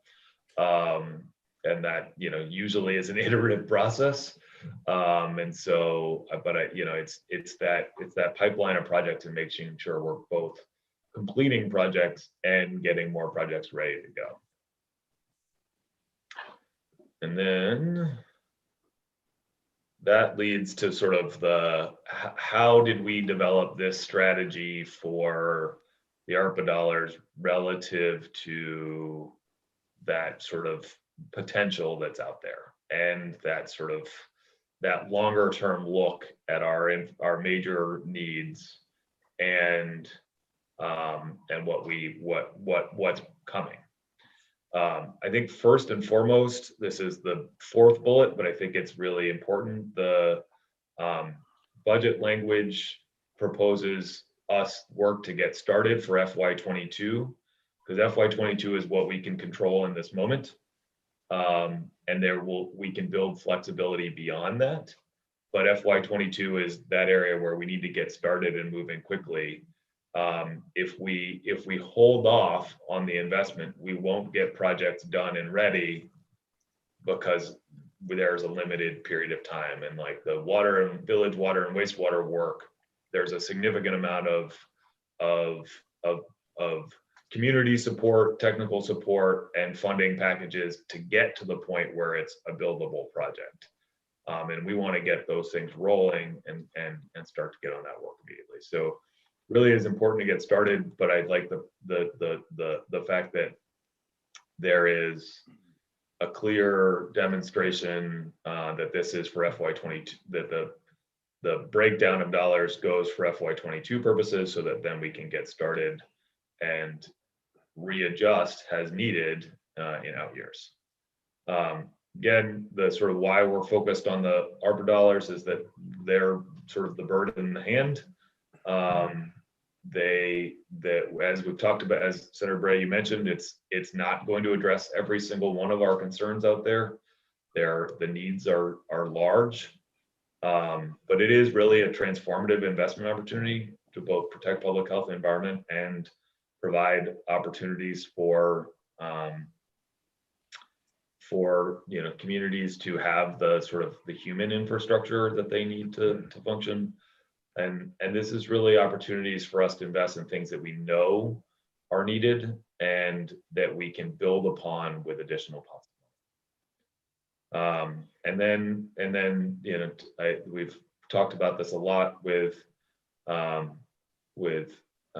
Senator Westman, the idea of sort of making sure there is both the doing of the projects and the preparation of projects to get them ready for future funding.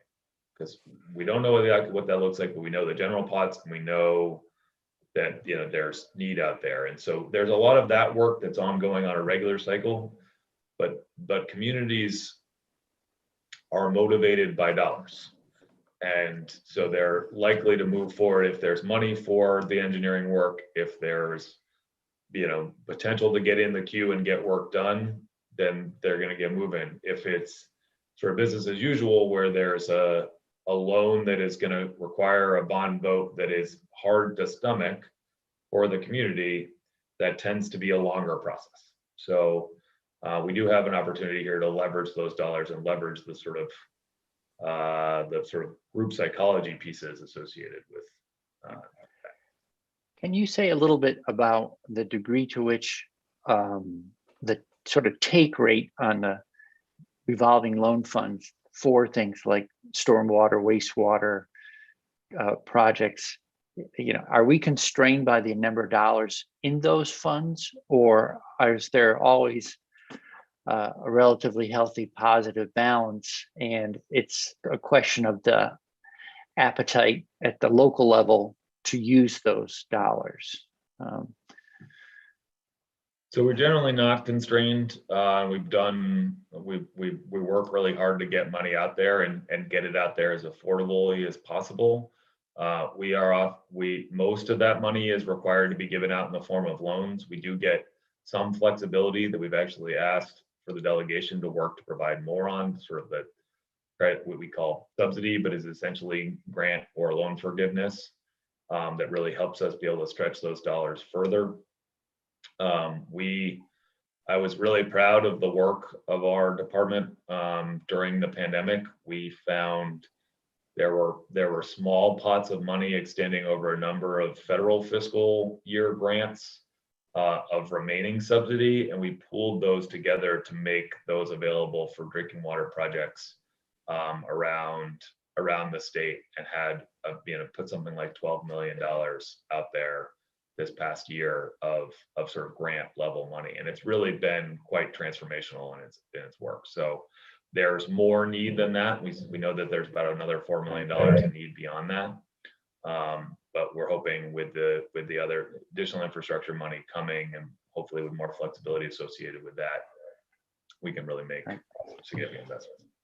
So in terms of getting more done, then it's more, I just want to make sure I have the right picture. The things that will help more projects get completed are, it's not so much that the revolving loan fund needs to be larger, but that you can reduce the amount of money that needs to be borrowed by grants that might do design and permitting, or pre-construction, pre-permitting, pre-construction. Take that load off the town by contributing the money to do that, or contributing cash towards the project. So they may still take a loan, but it reduces the cost of what they need to go out on a bond. I think it's a smaller loan generally. We actually have a pretty good program in place to help advance the planning phases, where we do essentially a advance on a loan that is not due to be paid back until and if a project moves forward under a loan. So that's a really good setup that enables money to get out there quickly for communities. But yeah, there's just more.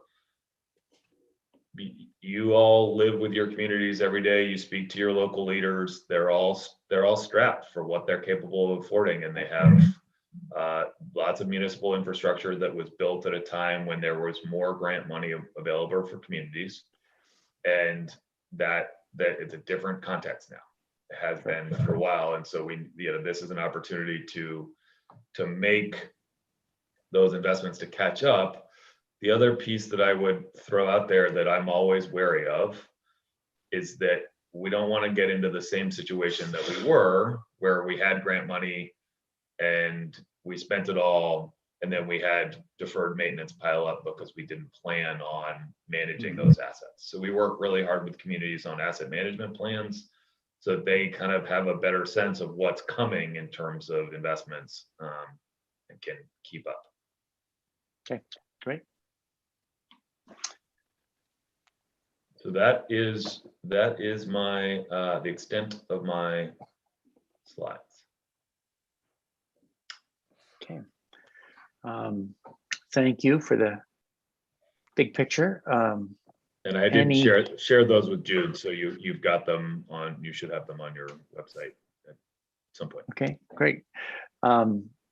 So any committee questions for the commissioner on any of these things we're looking at the moment? Commissioner, ready to weigh in on the Adirondack?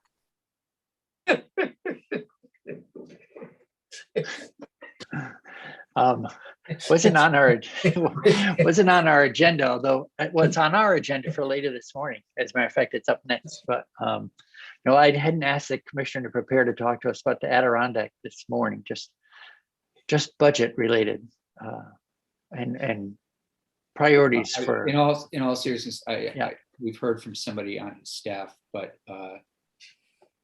I am wondering, we did ask, correct me if I'm wrong, for a project list. I know that's still probably in the works. Have we covered that? You know, basically where are our biggest priorities with CSOs, et cetera? I think, And I'm sorry if I missed that. I'd understood that Julie may have gotten that to you, but let me, after our last conversation, but I certainly can get. The chair would know, actually. I was not, I was in ag when Secretary Moore was here. Mr. Chair, was that presented? Well, we had a relatively high level list, and I think we had a conversation about it. So let's double check. I don't, honestly, I don't know if we received anything since the secretary was in, but if I'll look on my side, and Commissioner Walk, if you could check on yours, that would be great. Thanks. Absolutely. And we can Great, just, thanks. we can just resend what we've got. So the bigger question is, and it leads into this from the big picture, how much is there to do? What's the whole, if we were going to get to where we wanted to be current, how much is there to do? And how do we quantify that? In which area, I guess, if you're asking for every one of DEC's priority in terms of cleaning up the environment, addressing climate change, and providing safe public drinking water to everybody, that need is huge, and we can do our best to calculate it, but it's gonna fall short of, it's gonna be based on what we know of sort of projects that are in the works. There are some really good estimates out there in terms of investment needs in water and wastewater infrastructure generally, by like the American Council on Engineers or something. If we were going to talk about wastewater, because a big chunk of this money is all going towards wastewater, and we were going to say pick up the sewage treatment plants to get them to a place where we would do our due diligence in that area to clean up the lake. What's the price tag? So I guess I would separate out your question to some extent, is that there are investments that local communities need to make in their wastewater treatment plants that have nothing to do with the cleaning up, the reducing phosphorus in the lake. They have to do with the basic functioning of their systems. And so I wouldn't want to just make this about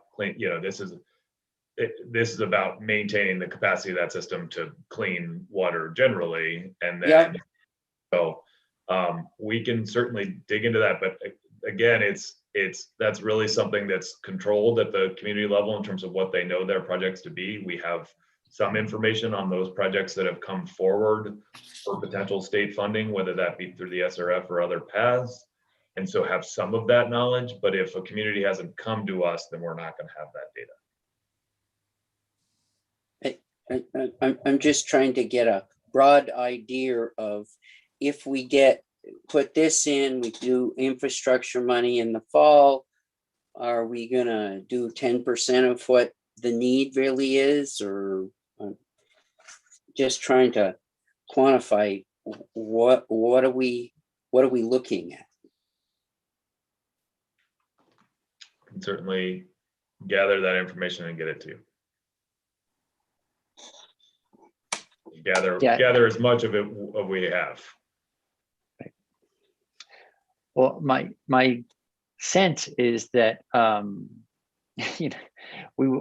we're encouraged by the fact that we're going to have maybe like once in a lifetime federal dollars to help pick up the pace on the work.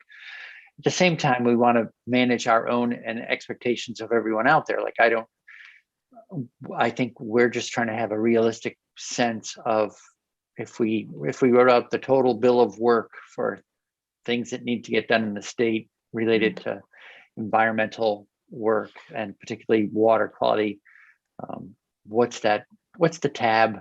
And we can be encouraged that we're going to be doing more, but I don't know if people think that we're going to get 10% done in the next 5 years, or we're going to get 80% done. I think there's a pretty different,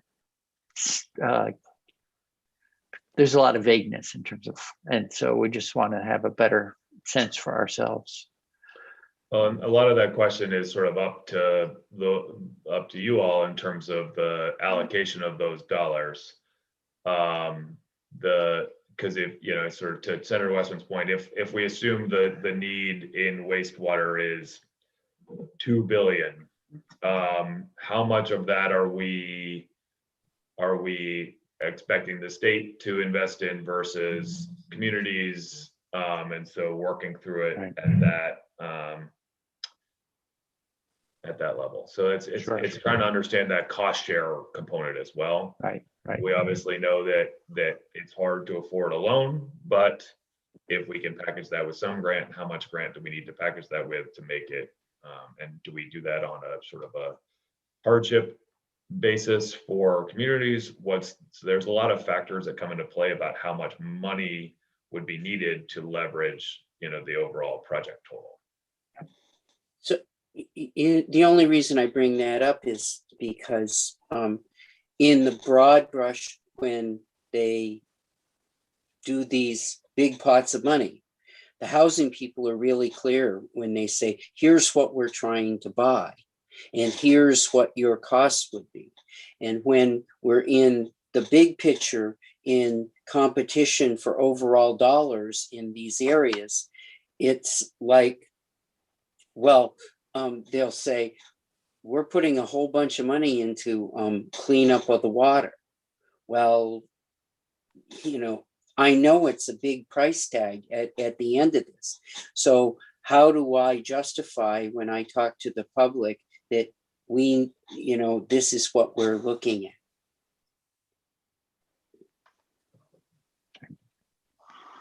Yeah. I don't question that we have a long ways to go. Yeah, and it's in some ways it's a continuous investment need. Absolutely. Right? It's housing, obviously, for any of us who are involved in the ownership of housing know that it's a continuous investment as well, but that we need more units now. It's easy to put a price tag on what a unit costs, but based on past practice, each water and wastewater system is different, and so the costs and needs associated with those are there. So, but I will promise you by tomorrow, we will provide you with our best estimate of what we think. I'm not asking you to, but I mean, I hear you. I would like to be able to say that as well. So I will get you what we can. And we're also, when we talk about weatherization, we have a goal for the 10 years that has been put out there, and it can articulate the goal. It just helps to be able to justify the overall spending. Right. Well, and I think one of the challenges for A&R and for this committee is that so much of what we're dealing with is actually remediation, right? For like past practices.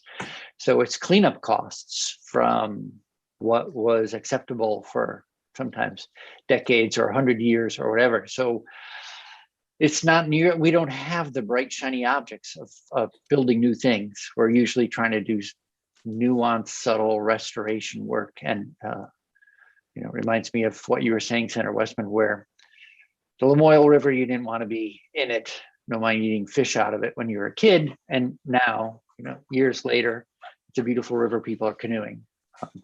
I would love to be able to talk to people on my side of the state and say, we're going to have the same program for Otter Creek, start in Rutland. Well, actually, it starts in Danby, I think.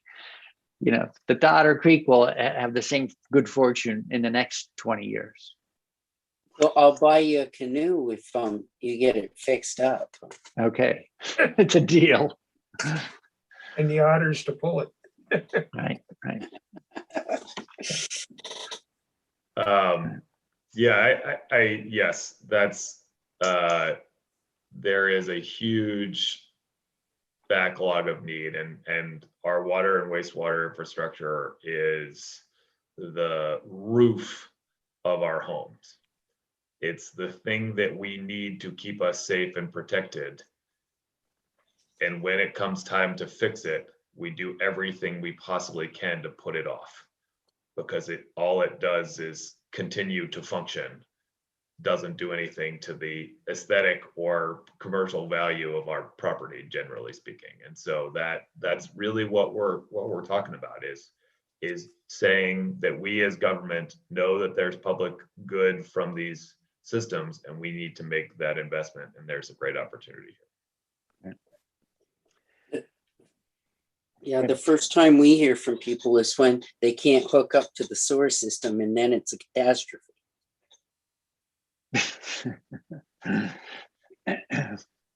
All right. Well, great. Thank you, Commissioner. Any other committee questions, discussion while we have the commissioner with us? Okay. Well, thanks again for coming in, and thanks for getting us a little more information. And we'll all keep going. I think on the infrastructure dollars, as I understand it, the schedule is that the House of Representatives may be passing it before the summer break, so July timeframe. So we should have a decent snapshot of what it might look like by midsummer. Then I guess the Senate would act in the fall. So by the time we come back, there'll be a lot more certainty. Yep. Yeah, and I think that's why I really like the sort of 1 year ARPA budget proposal, is that through budget adjustment, through the FY23 budget, sort of we can adjust to the new reality of funds available.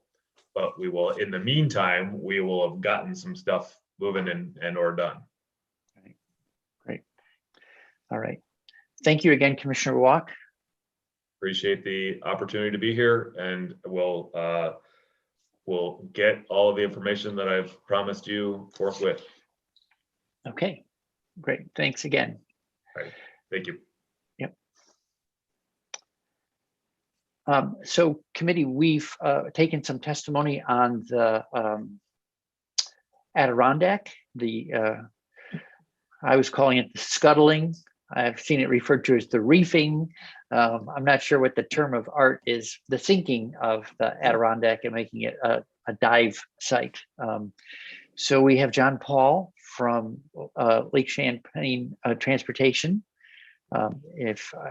Make sure that I have if you could introduce yourself to the committee, and thank you for coming in to help us learn more about the project. Well, good morning, Senators. Can you hear me all right? Yes, sir. Okay. Yeah, my name is John Paul. I'm the port engineer for Lake Champlain Transportation Company. I've worked there since 1976, and it's been a great career. And I've worked on the Adirondack for a good portion of that, probably at least 40 years. And I have an attachment to it. At any rate, I want to discuss a little bit, start off with the history of the boat and its historical significance. Take a few minutes, and then just talk about the cleanup process. And I think that's where most of your questions were. Sure. At any rate, the boat was built in 1913, so it's 108 years old, in Jacksonville, Florida, and it ran in Jacksonville for a few years, and then it went to New York City and then Philadelphia, and then did a pretty good stint in the Chesapeake Bay. And then in 1954, it came to Lake Champlain and started operating here. It's operated continuously. It operated continuously until through the 2019 season. And it was the oldest single-ended, continually operating double-ended ferry in the country until that point. And it's, I think it still probably has that title. But the boat has carried millions of people across the lake. It's employed hundreds and hundreds of people over the years, and it is a fixture in the Champlain Valley. I mean, people recognize it.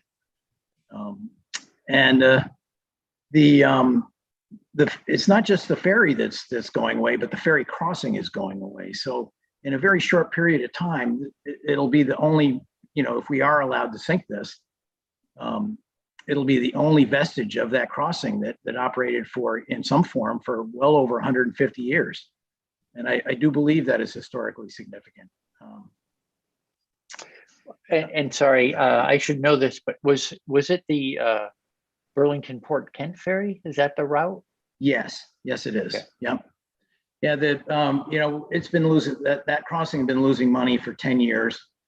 And we cut service down to one boat, and it only lost $150,000 the last year it ran in 2019. And we were going to keep operating it, try to bolster it.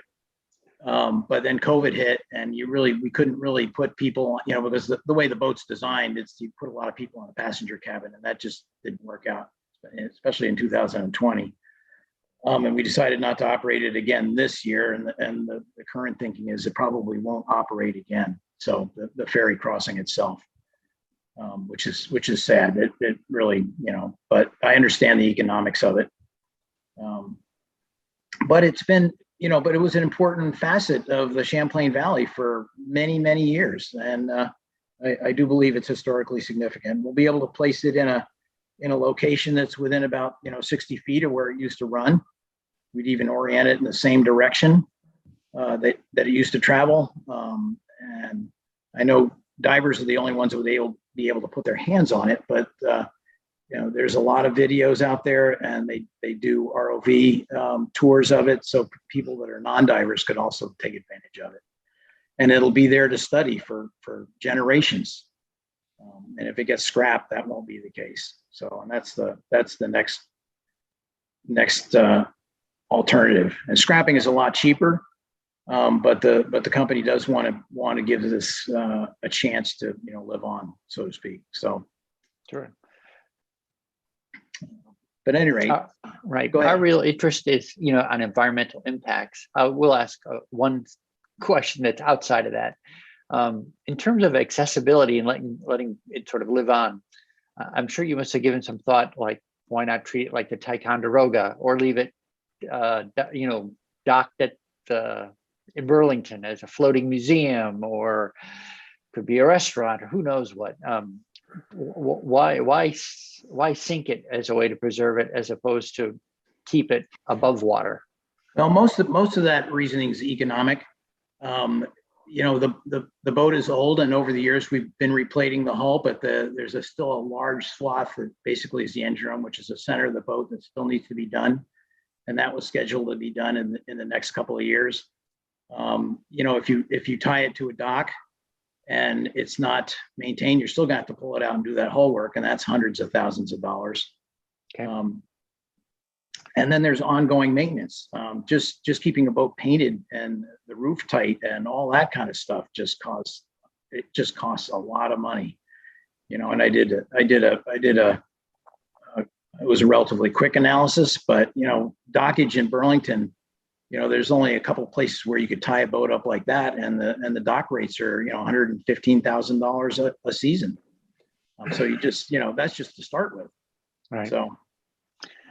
All right. And building new facilities is difficult, and that's expensive too. And pulling it on land, I did get one quote on if we could put it sort of in the North 40 in Burlington from a crane company, and it was like, I think it was 1.6 million just to lift it out of the water. So and then it goes on from there, and that's getting approval to do that, which is that's a whole nother game. So, okay. But that's pretty much that in a nutshell. Okay, well, thank you. Yeah. So as the current proposal is to sink it, then the questions that we're being asked as a committee in terms of what are going to be the environmental impacts of that. And I guess there's the particular environmental impacts, like chemicals that might be leached from the vessel over time, that kind of a thing. Can you Right. talk about the preparation that's required? Yeah, absolutely. You know, we're following the EPA's best management guidelines for preparing vessels to be reefed, and it's a very thorough document, and it's available online. It's attached to, actually, it's attached. There was an article in the VT Digger just yesterday, and there's a link to it in there, so you can peruse that anytime. But they did research on this kind of thing, and they determined that, you know, we're removing everything that's got petroleum in it. It's like oil tanks, fuel tanks, machinery like main engines and reverse gears and all that kind of stuff that have oil in them. We're not just cleaning, we're taking them out of the boat. I think the only pieces we're leaving are the steering gears and the bilge pump, and those are pretty easily cleaned. So the process is concerned with primarily petroleum. That's number one. And we're dealing with that the way I just described. And then there's asbestos. There's, hang on, I do have a list here. Okay. I don't want to miss one.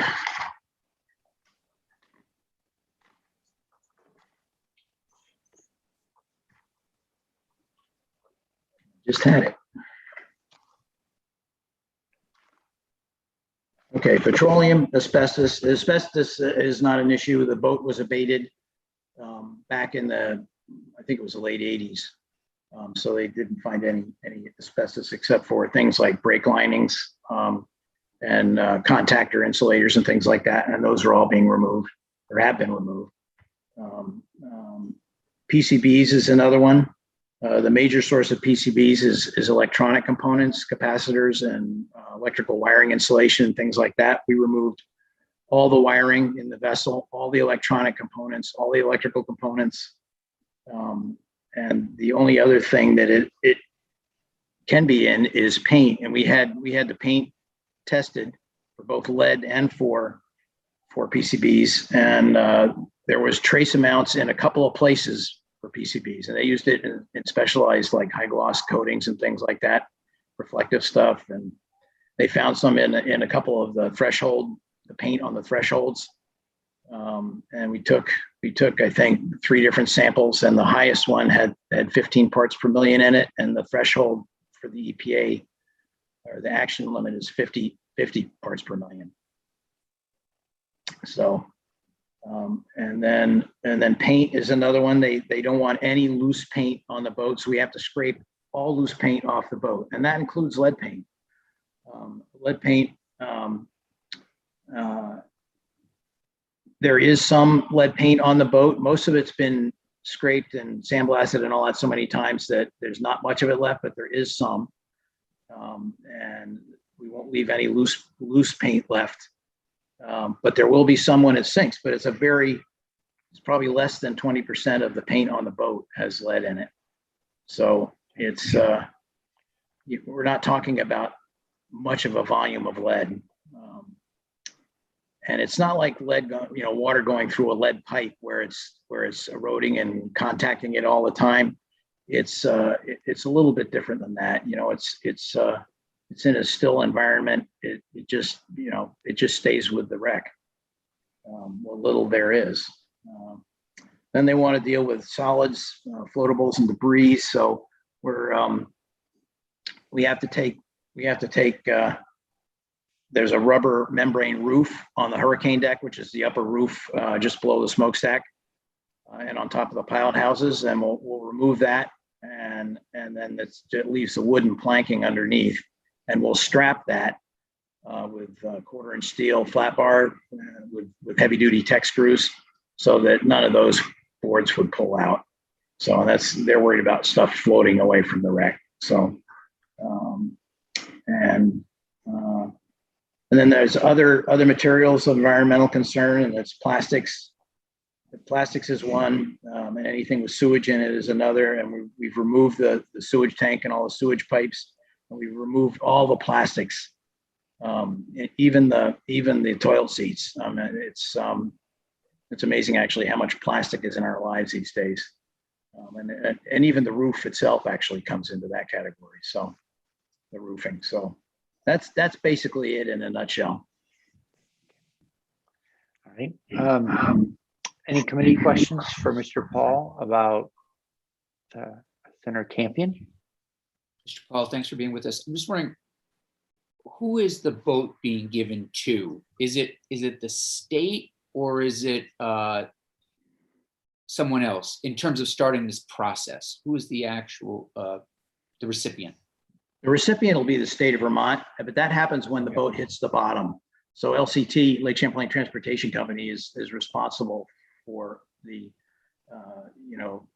all the preparation and the sinking until it's on the bottom, and then it becomes the property of the state. Great thing. And there will be some.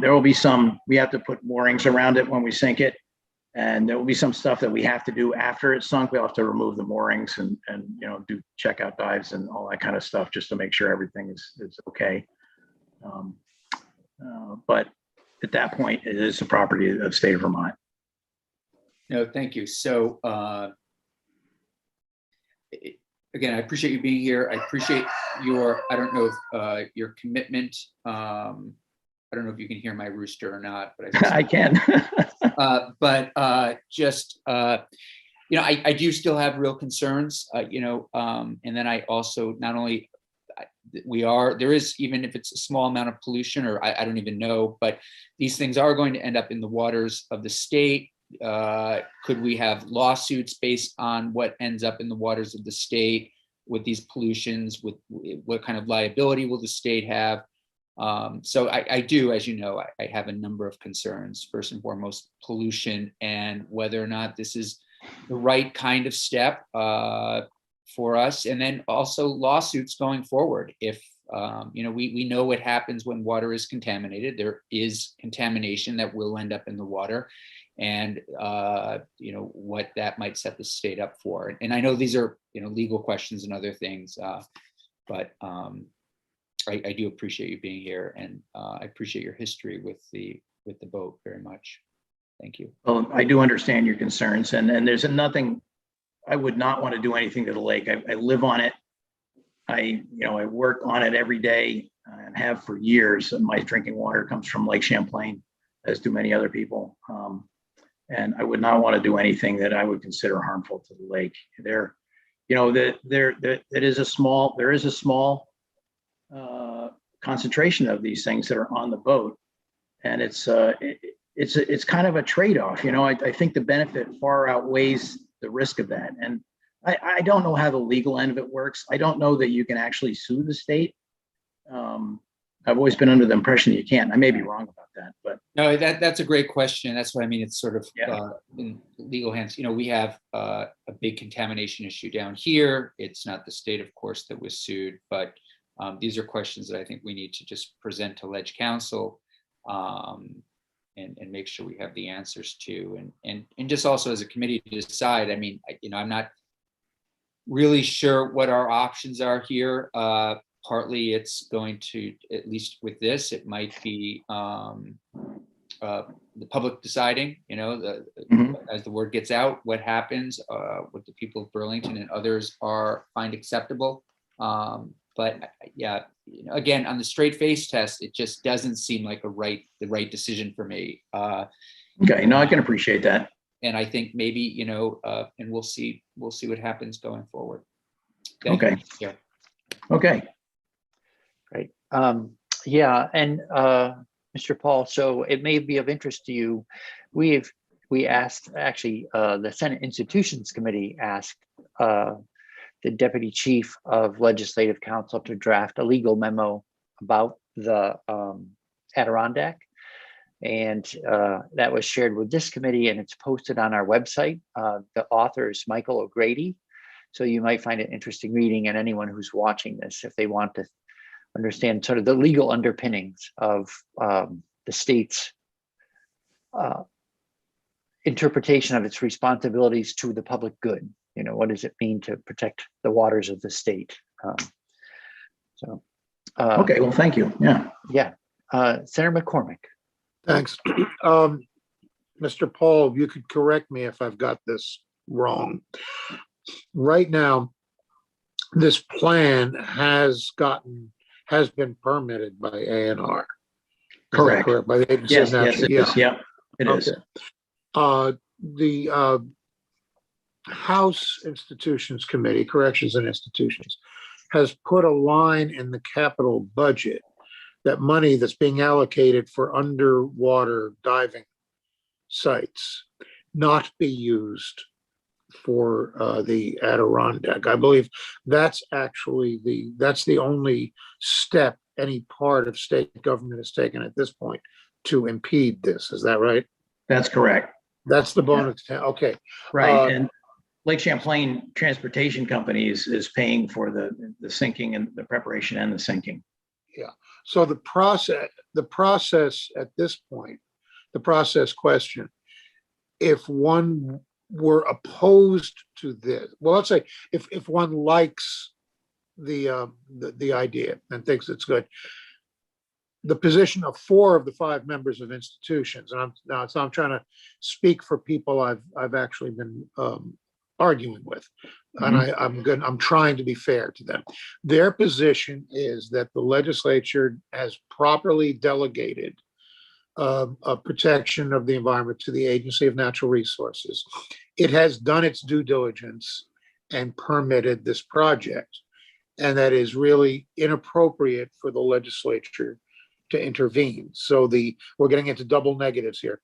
The Senate, the proposal, if you wanted to do this, the Senate version of the capital bill would have an amendment to the House bill undoing to remove the House language prohibiting use of money for the sinking. And if you were against the sinking, what you would want is that amendment. If you think it's a good idea, or if I think actually the other members of institutions, I think they actually do think it's a good idea. Some of them seem very enthusiastic, but the main argument that we're making is that it's not the legislature's prerogative at this point, that we have already delegated jurisdiction to A&R. So in that case,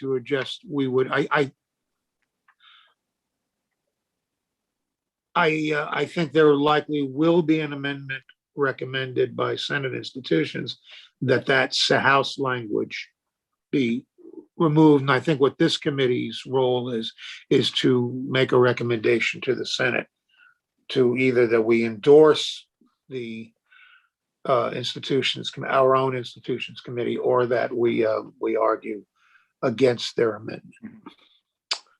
That's where I think we are right now. Okay. That makes sense. Is that your understanding as well? It is. Yes, it is. Yeah.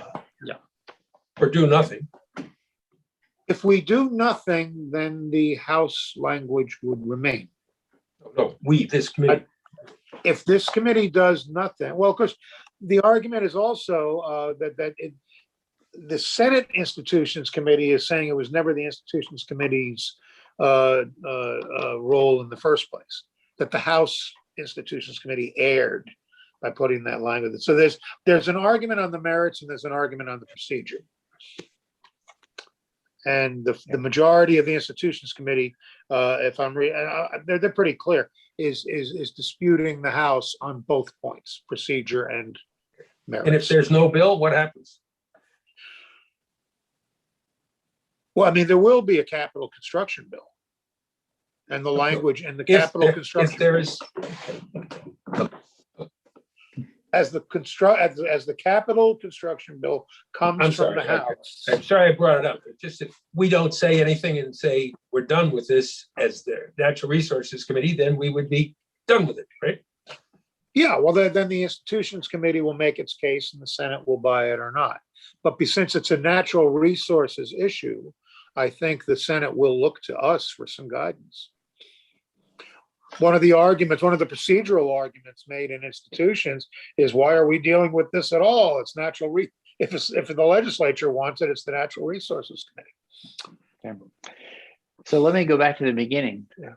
Someone must have put a line item into the proposed capital bill to fund the project, right? So there was an affirmative proposal to initiate the entire thing. There are other underwater sites, and money is in the capital construction bill to fund the management of underwater diving sites, of wrecks. The other wrecks are historical wrecks. There is a yacht or a big sailboat that was sunk deliberately, but I don't think that's a diving site yet. So there's 60 wrecks in the lake, and I think there are several that are not. Most of those 60 are not being managed. There are a few that are being managed, and there's a program to expand that.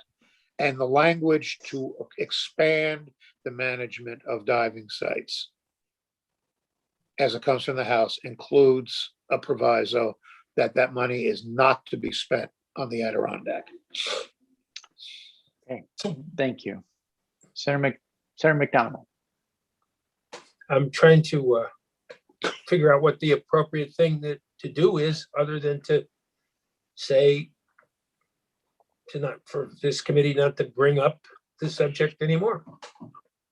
I think that's an option. I'm not sure. Okay, so I would move that we exercise that option, but the chair hasn't asked for any motions, so yeah, so I won't move it, but that would be my course of action. Okay. Right, in terms of options as I see them, and please weigh in if you see something else. We could, quote unquote, do nothing. That means the House bill comes to the floor, the Senate proposal of amendment comes to the floor, the Senate as a whole decides whether or not to prohibit those funds from being expended on this particular project. Without our weighing in. The other thing is, there have been discussions around, would we consider amending the statute to prohibit until there's further work done, the sinking of any further vessels until there's a policy around it, because there's some back and forth as to whether or not this really meets the public good test. For instance, very few people will dive on it compared to very many people who take drinking water out of Lake Champlain. So there's that weighing of competing interests. So that's, we'll talk to legislative counsel. And again, I'd refer people to the O'Grady memo if they want to know more about the legal lay of the land. So any other questions? So thanks, Mr. Paul, for being a very expert witness on the Adirondack. And I'm guessing that like most people who've been around a boat for a while, you get attached to them. And so it's probably a little sadness in losing the Adirondack one way or the other. If there are no more questions from Mr. Paul, then I think we'll discuss it as a committee and consider next steps. But meanwhile, I think, as best I know, we don't have any more questions about the company's role in you're preparing it, you'd tow it, you'd sink it, and then it's turned over to the state. Correct. Great. Okay, great. Thanks again for coming in. Seeing no further questions from the committee, then we'll move on our agenda for the morning, and that is to return to S109 and weatherization and the role of VHFA in the weatherization bill. Thank you, senators. Have a good day. Thank you, Mr. Paul. Senator Bray, I know you have us for a break. Those of us who have afternoon committees, I just might have to do a little bit of phone calls and prep. Is that possible to take now? Yeah, so let me go back and reopen the window to get us. Yeah, so we have a little more than 10 minutes till our next witness is in, and I think we will also finish a little early as well. Great, thanks. So we will recess till 11 o'clock. And I guess Jude, if you can take us off, I don't, your choice.